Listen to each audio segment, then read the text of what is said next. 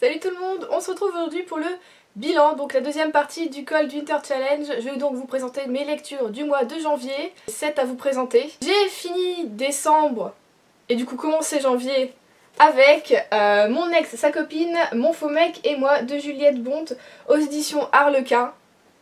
C'était la lecture au bon moment. Alors je pensais que ça allait plus parler en fait de Noël, mais non, je l'ai lu pour la nouvelle année. Et ça se passe plus en fait au moment justement de la nouvelle année, du 31. Et du coup voilà, j'étais super contente parce que je me suis dit, voilà, je pensais avoir loupé vraiment la période spéciale, vraiment Noël, 25 décembre, pour le lire. Et en fait non, je suis tombée en plein dans la bonne période, du coup j'étais super contente.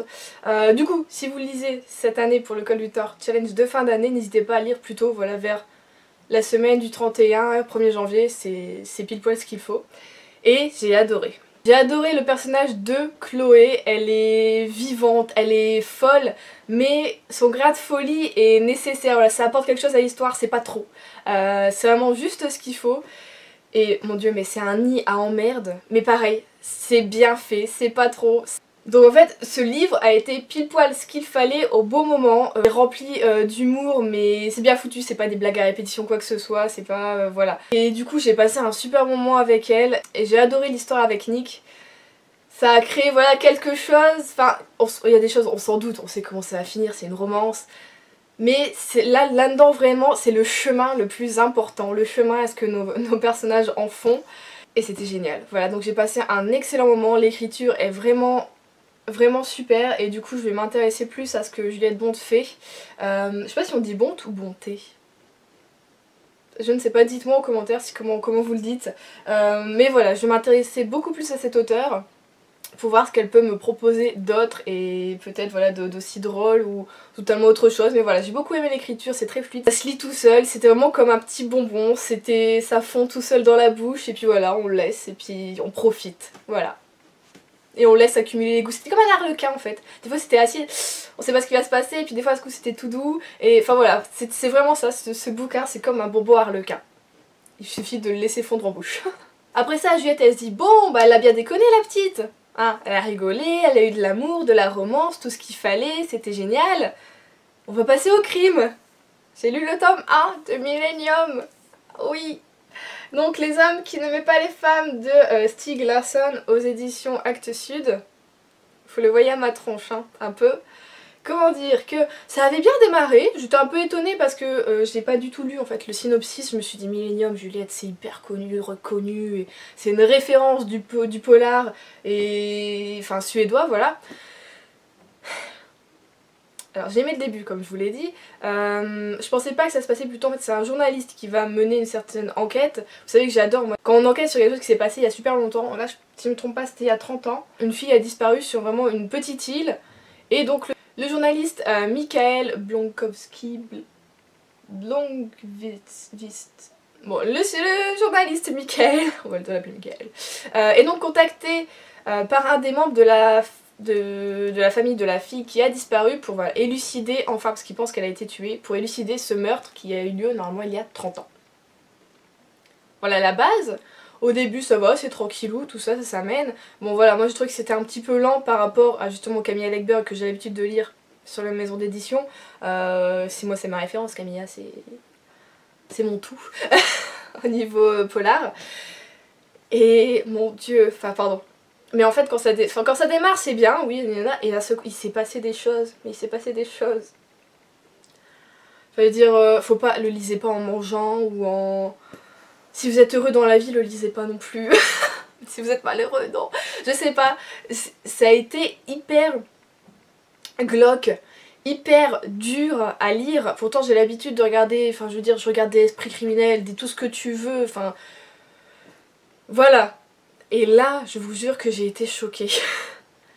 Et je voulais lire, je me suis dit oui, je vais lire je voulais lire la série réellement. Et pour le moment... je veux pas lire la suite. J'ai pas envie.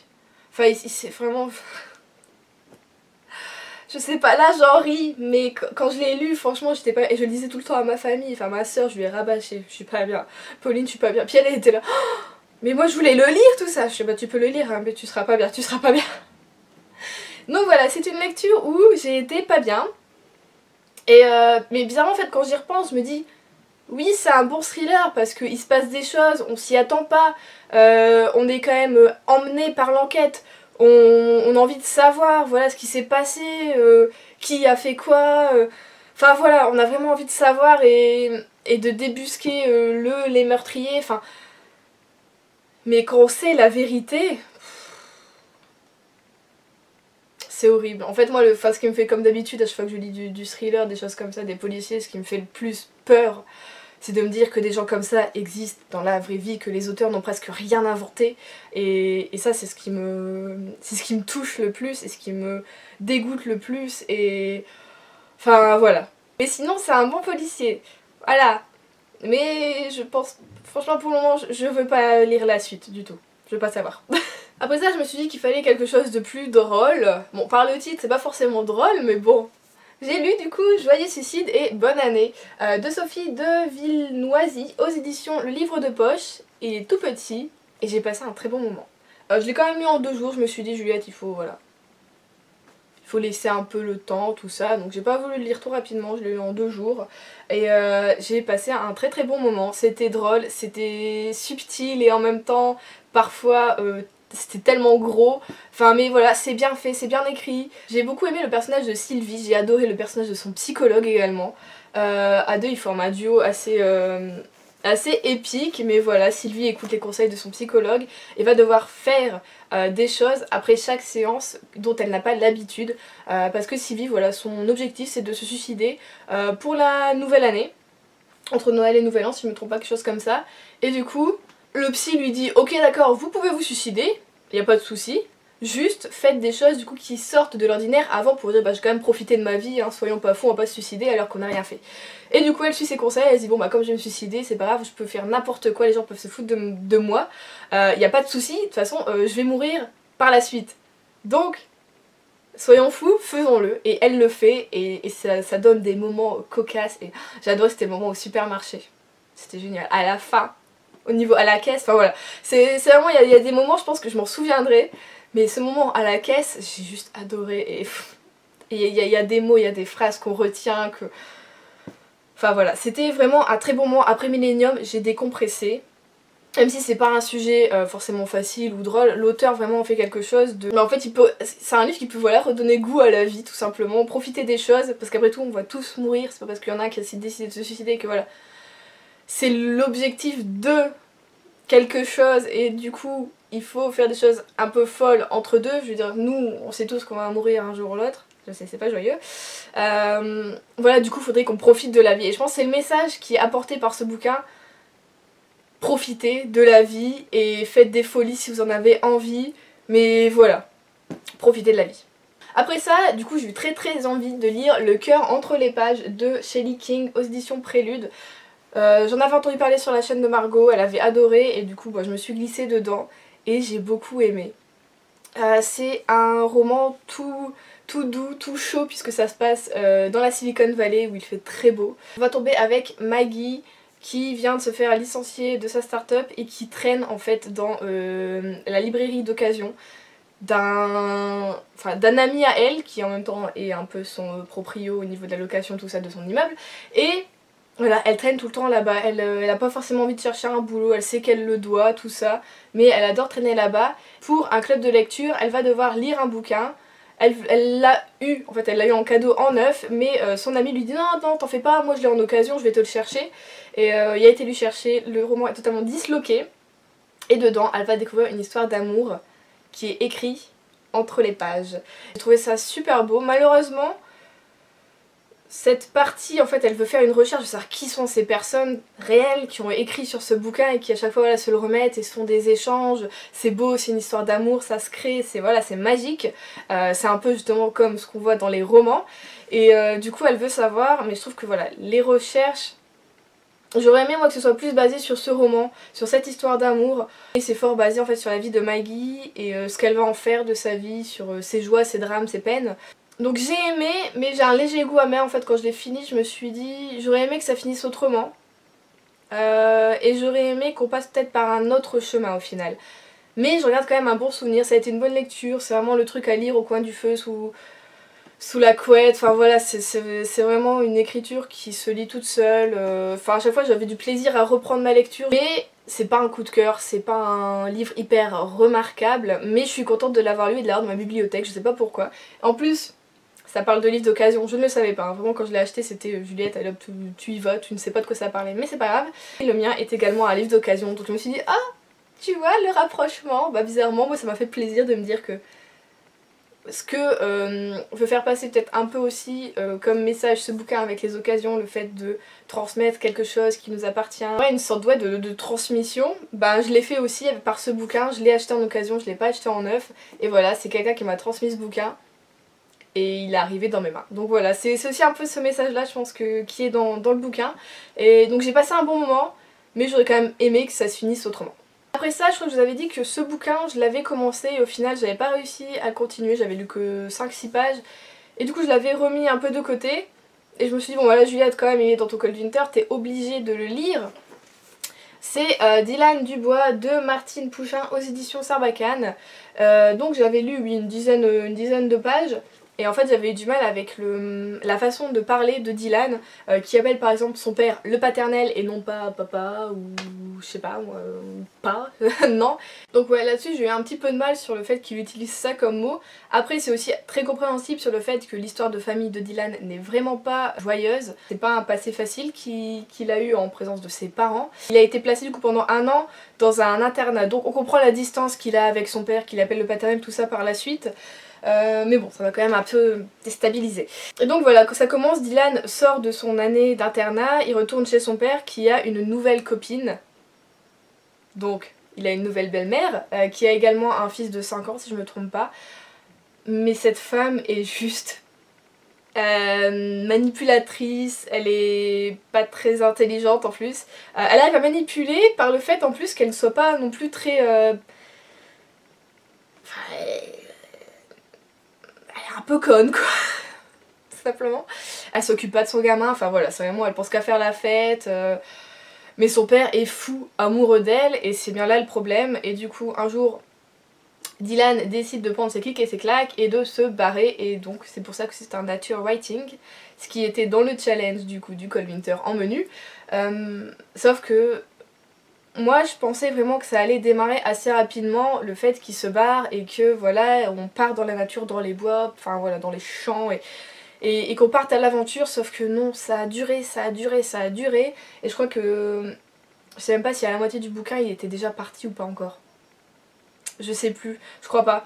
Et moi ça m'a perturbée parce que moi je voulais vraiment un vrai nature writing, mais c'est vrai que je me suis dit je commence par du young adulte parce que il faut y aller tout doux, peut-être que si je prends un vrai nature writing vraiment bien adulte, peut-être que moi ça va pas me plaire. Et en fait je crois que j'aurais dû prendre réellement un genre wild ou un truc comme ça pour vraiment partir à l'aventure. Et du coup ça l'a pas trop fait avec moi, j'ai pas aimé l'écriture, je me suis un petit peu attachée quand même à Dylan, mais comme je vous dis, il y a des moments où j'ai pas aimé ses réflexions ou ce qu'il faisait, je comprenais pas. J'ai pas réussi à me mettre à sa place, j'ai pas réussi à me mettre dans sa tête et à avancer avec lui. J'ai lu, il y a des passages que j'ai trouvé très très beaux, enfin voilà, j'ai beaucoup aimé quand il est parti, mais à certains moments en fait quand il est parti, il y a quand même des passages où je me suis dit oh, non. Non, pourquoi l'auteur a fait ça, qu'est-ce qu'elle a voulu nous dire, je comprenais pas. La fin est assez ouverte en fait, on sait pas vraiment ce qui va se passer, donc ça m'a perturbée aussi. Donc voilà, j'en garde pas un bon souvenir, pourtant j'avais entendu de très très bonnes critiques dessus, enfin voilà, tout le monde avait, enfin de ce que j'ai lu, les gens avaient beaucoup aimé, avaient adoré, mais bon voilà, je fais partie de ceux avec qui ça n'a malheureusement pas fonctionné, j'aurais essayé. Pour le moment le nature writing je mets un peu de côté, je vais essayer quand même d'en tester un autre cette année, peut-être plus cet été, pour voir ce qui pourrait me plaire. Je vais essayer de farfouiller pour voir ce qui pourrait me tenter. En tout cas Dylan Dubois n'était pas fait pour moi. C'est comme ça, bizarrement, c'est peut-être qu'il y a peut-être qu'à moi que ça se fait penser ça, mais il m'a légèrement fait penser à l'attrape-cœur. Légèrement sur la base vraiment du garçon qui s'en va, qui fait des choses. Bon même si l'attrape-cœur ça se passe en ville, c'est pas la même époque, enfin voilà. Sur une certaine trame, ça m'a fait penser à ça. Alors c'est peut-être moi, je l'ai lu il y a super longtemps après l'attrape-cœur, je le dis pas, je me souviens même plus du tout de la fin. Mais sur une certaine trame, ça m'a fait penser à ça. Alors peut-être, est-ce que l'auteur avait ça dans la tête quand elle l'a écrit ou pas, ou c'est juste moi qui imagine des trucs. Enfin je sais pas si vous l'avez lu et si vous avez lu aussi l'Attrape-Cœur, dites-le moi. Voir si est-ce que je suis folle ou est-ce que c'est juste moi qui ai fait un rapprochement qui n'existe pas. On continue avec La vie est un arc-en-ciel de Cécilia Ahern aux éditions J'ai lu. Donc là c'était dans la collection Pretty Comedy. Je sais pas s'il existe encore cette collection. En tout cas elle sera pas comme ça. Moi je l'avais acheté en occasion sur Gilbert Joseph. J'aime beaucoup parce que vous savez le contour des pages est légèrement jauni, un peu brûlé. Et j'aime beaucoup, enfin ouais c'est dur. C'est un roman épistolaire. Donc on a un roman fait que de lettres, de SMS, de messagerie instantanée, d'emails, que ça, réellement. Et j'ai adoré. Je pensais au début que voilà, ça allait commencer en roman épistolaire et puis des fois, dans la plupart quand même des romans, ça part en récit. Là, pas du tout. On a réellement que ça tout du long. On se tracasse pas des détails, on se tracasse pas du physique, de tout ce que tu veux. Non, on a le réel caractère vraiment brut des personnages. Et j'ai adoré. Réellement, j'ai passé un excellent moment. Juste un petit moment, Rosie m'a un peu tapé sur les nerfs parce que j'ai trouvé qu'elle était très égocentrique. Mais ça refait tilt parce qu'elle l'avoue. Elle l'avoue totalement, elle le dit, qu'elle pense presque qu'à elle à un moment et qu'il faudrait peut-être qu'elle pense un peu aux autres et voilà, que tout le malheur du monde n'est pas sur ses épaules. Et du coup là je me suis dit ok, bon bah l'auteur a vu qu'elle avait fait de son personnage quelqu'un qui était un peu trop centré sur lui-même. Elle réagit, elle nous le dit, c'est cool. Ça j'ai beaucoup aimé. Donc nous avons Rosie et Alec qui se sont rencontrés sur les bancs de l'école, donc quand ils avaient 5 ans. Ça commence, ils sont en primaire pour nous et ils s'échangent des mots. Comme on faisait, vous savez, tu mets ton petit mot, tu le mets dans la trousse du voisin, tu passes un truc et puis voilà. Ils se font ça, tout simplement. Donc c'est l'histoire d'une amitié qui commence sur les bancs de l'école et qui va aller jusqu'à au moins la cinquantaine. Donc on a toute une vie d'amitié, d'amour, de problèmes, de soucis, de travail, de... Tout est réuni, voilà. Et donc ils sont ensemble jusqu'au lycée, juste au moment où, à cause du travail de son père, Alex doit déménager aux États-Unis. Et là, tout fout le camp. Ils se perdent un peu de vue, après ils s'écrivent quand même encore. Enfin voilà, c'est vraiment hyper bien fait, c'est pas plan-plan. En fait, au début, on se dit voilà, Rosie, elle a un nouveau challenge dans sa vie. Et elle va se laisser un peu aller à cause de ça, mais finalement après elle va reprendre les rênes et puis elle va y aller. Et c'est ce que j'ai aimé en fait dans son personnage, c'est que voilà, elle était un peu... Bon ben voilà, qu'est-ce que je dois faire maintenant, je subis. D'un seul coup voilà, il y a quelques personnes qui la boostent un peu puis elle se dit ok. Ils me disent que je peux le faire, bah je peux le faire et j'y vais et je le fais. Et ça j'ai beaucoup aimé. J'ai aimé tous ses amis qui l'entouraient, enfin voilà, c'était vraiment pas mal, c'était vraiment bien. Et franchement je regarde un très bon souvenir, c'est pas un coup de cœur, j'arrive pas à avoir de coup de cœur en ce moment, ça m'agace un peu, mais enfin bon. C'est pas un coup de cœur, mais j'ai beaucoup aimé. Alors c'est l'auteur de PS I Love You. J'ai pas lu le livre, j'ai vu le film et j'ai pas aimé par contre. Je l'ai vu il y a un moment le film, mais bon. Du coup je sais pas, je vais peut-être essayer de voir si je peux lire d'autres romans de l'auteur. J'ai pas vu vraiment à part PS I Love You ce qu'elle avait fait. Mais celui-ci en tout cas j'ai beaucoup aimé. Si vous aimez les romans épistolaires, franchement jetez-vous dessus. Et on finit, parce qu'il faut bien finir un jour, avec un classique de chez Classique. Orgueil et préjugés de Jane Austen. Alors mon édition c'est l'édition Motif, qui est très belle. J'ai pas osé, c'était un peu dur de le lire parce que je voulais pas casser le dos, il est quand même légèrement un peu, je le lisais comme ça. Pas l'air idiote, enfin bon. Tout le monde connaît Orgueil et Préjugés, je pense que j'ai plus besoin de le présenter. Donc je l'ai fait en lecture commune avec Amina. Coucou Amina. Donc moi je l'ai fini voilà, assez rapidement, j'ai quand même laissé un peu... Je l'aurais peut-être lu encore plus rapidement, mais c'est vrai que comme Amina le lisait très doucement, je voulais faire un peu comme elle. Et au final, bon, ça m'a quand même réussi de pas le dévorer en 2-3 jours. Du coup, j'ai mis une semaine à peu près pour le lire un petit peu plus. Et j'ai passé un excellent moment. J'ai adoré Elisabeth et son caractère. On est à la fin du XVIIIe siècle. Et Elisabeth est pas du tout une fille comme les autres. Elle a du chien, elle a du caractère, elle a de l'humour. Elle est vraiment géniale. Et ensuite, nous avons Monsieur Darcy. Alors, j'ai eu un petit problème avec lui. Au début, je me suis dit, je vois pas pourquoi... Enfin, à chaque fois qu'on parle d'Orgueil et Préjugés, tout le monde est là. Oh, Darcy. Oh, j'étais là, pourquoi tout le monde est là? Enfin, il est quand même assez arrogant, il est quand même sûr de lui. Enfin, moi, c'est pas vraiment des personnages que j'aime bien dans la vraie vie ou dans les bouquins. Et petit à petit, on avance dans la lecture. Je suis pas tombée amoureuse, mais j'aurais pu. Franchement, petit à petit, il me plaît et voilà, on voit qu'il commence à plaire aussi à Elisabeth. Avant c'était un jeu de chien et chat et j'ai beaucoup aimé ça aussi. Et puis petit à petit ça se transforme et j'ai beaucoup aimé. Si je fais ça, c'est que j'aime beaucoup. J'ai adoré également la famille Bennett, que ce soit les sœurs, bon même si les sœurs à un moment ça a bloqué là, elles m'ont... Je me suis dit non mais elles sont idiotes ou quoi, mais enfin il y en a une, c'était le pompon, hein. Bon je pense que ceux qui l'ont lu savent exactement de qui je parle. Et j'ai adoré Monsieur Bennett, je trouve qu'il est... Pour l'époque, il est pareil, il est un peu comme Elisabeth, il est hors norme on va dire, et j'ai beaucoup aimé. Alors par contre la mère est totalement... Elle se rend pas compte en fait de ce qu'elle dit, de ce qu'elle fait par rapport justement à l'époque aussi. En fait ils sont tous un peu, voilà, par rapport à l'époque, la famille Bennett est assez décalée. Je sais pas ses mots, la mère, elle y va. Et elle se rend pas compte par exemple qu'elle peut choquer quelques-uns, ou enfin voilà, que c'est oh, ça se fait pas quoi. Ou alors qu'elle peut mettre très mal à l'aise ses filles tout simplement, ou son mari. Donc au début j'étais un peu, oh là là, enfin voilà, c'était, je levais les yeux au ciel et c'était qu'est-ce qu'elle fout là, qu'est-ce qu'elle fait, non mais vraiment. Et en fait, plus je continuais et plus je me disais mais en fait elle est drôle. Elle se rend pas compte de ce qu'elle fait, tout ça, et moi en fait elle m'a plus fait rire à la fin qu'autre chose, et du coup j'ai aimé son personnage alors qu'au début je ne l'aimais pas forcément. Donc voilà, ça a été un très bon roman. Avant en fait je n'osais pas lire des classiques, je me disais que voilà, j'avais peur en fait quand je l'ai commencé. On nous bourre le crâne pendant le lycée avec les Émile Zola, avec les Victor Hugo, avec les Maupassant, enfin voilà tout ça, et c'est des écritures avec énormément de descriptions. Enfin on peut passer 3 pages sur juste une tapisserie, sur un meuble, sur un coin de mur, enfin voilà. Mais alors Jane Austen ne s'embête pas du tout avec ça quoi, on s'en fout.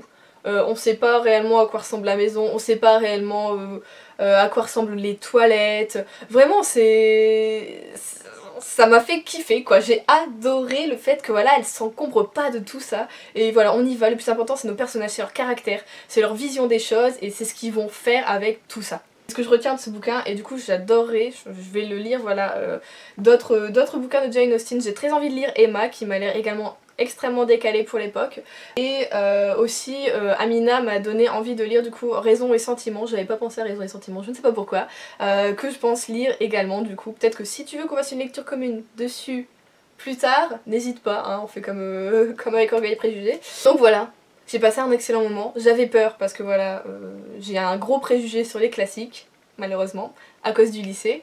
Et Jane Austen m'a fait envoler, exploser, catapulter ces préjugés et j'en étais extrêmement heureuse. Donc voilà, c'est donc tout. Ça va être une très grande vidéo. Hein. Donc tout pour ce Cold Winter Challenge. Il n'y a que 3 bouquins que je n'ai pas lus du coup qui étaient en fait basés réellement spécial Noël. En janvier, on est dans le Nord. Je vous avoue qu'en janvier, il neige pas. Tout ce qu'on a c'est du froid et des nuages. Donc si, il y a eu quand même quelques pluies, mais voilà, il neige pas, on a plus du tout une ambiance de fin d'année, de fête, de neige, d'hiver. Il va peut-être neiger en février, normalement dans le nord il neige en février. Là ça n'a pas l'air de s'annoncer, ça fait 2 jours qu'il fait très beau. Je vois des images de neige partout chez tout le monde, alors chez moi c'est que dalle. Genre la fille qui se plaint qu'il neige pas. Bah non, il y a du soleil, oulala. Enfin bon, du coup c'était plus tellement propice aux lectures spéciales Noël, spéciales hiver, vous voyez. C'est pour ça qu'en fait janvier ça a été plutôt rabattu sur des lectures qui n'étaient pas basées là-dessus, qui étaient plutôt autres. Et du coup j'ai encore sélectionné 2 menus, donc les 4 menus sont bouclés pour moi, avec Millennium du coup pour le policier et avec Dylan Dubois pour le nature writing. Donc j'ai bouclé mon Cold Winter Challenge. J'ai très bien lu ma palle au final, puisque voilà, je n'ai que 3 bouquins qui n'ont pas été lus.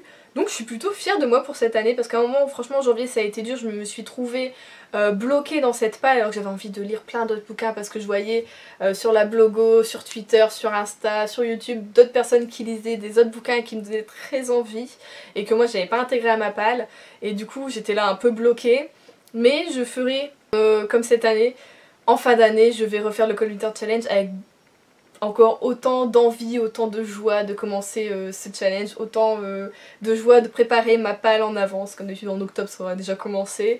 Mais je pense que voilà, j'ai retenu la leçon, pour le Cold Winter Challenge 2018, je ferai une palle moins axée sur Noël, sur l'hiver, parce que là j'avais fait réellement presque un spécial Noël à un moment, et là du coup je le ferai moins, je vais faire des lectures beaucoup plus éclectiques, parce que c'est ce qui me plaît, c'est ce qui me correspond, donc voilà. J'ai fini de vous embêter avec tout ça, avec moi-même et mes problèmes, donc dites-moi ce que vous avez lu pour votre Cold Winter Challenge, si vous avez réussi à le boucler, si vous avez validé vos menus, tout ça. Je vous fais de très gros bisous et je vous souhaite de très bonnes lectures. Je vous dis à bientôt dans une prochaine vidéo.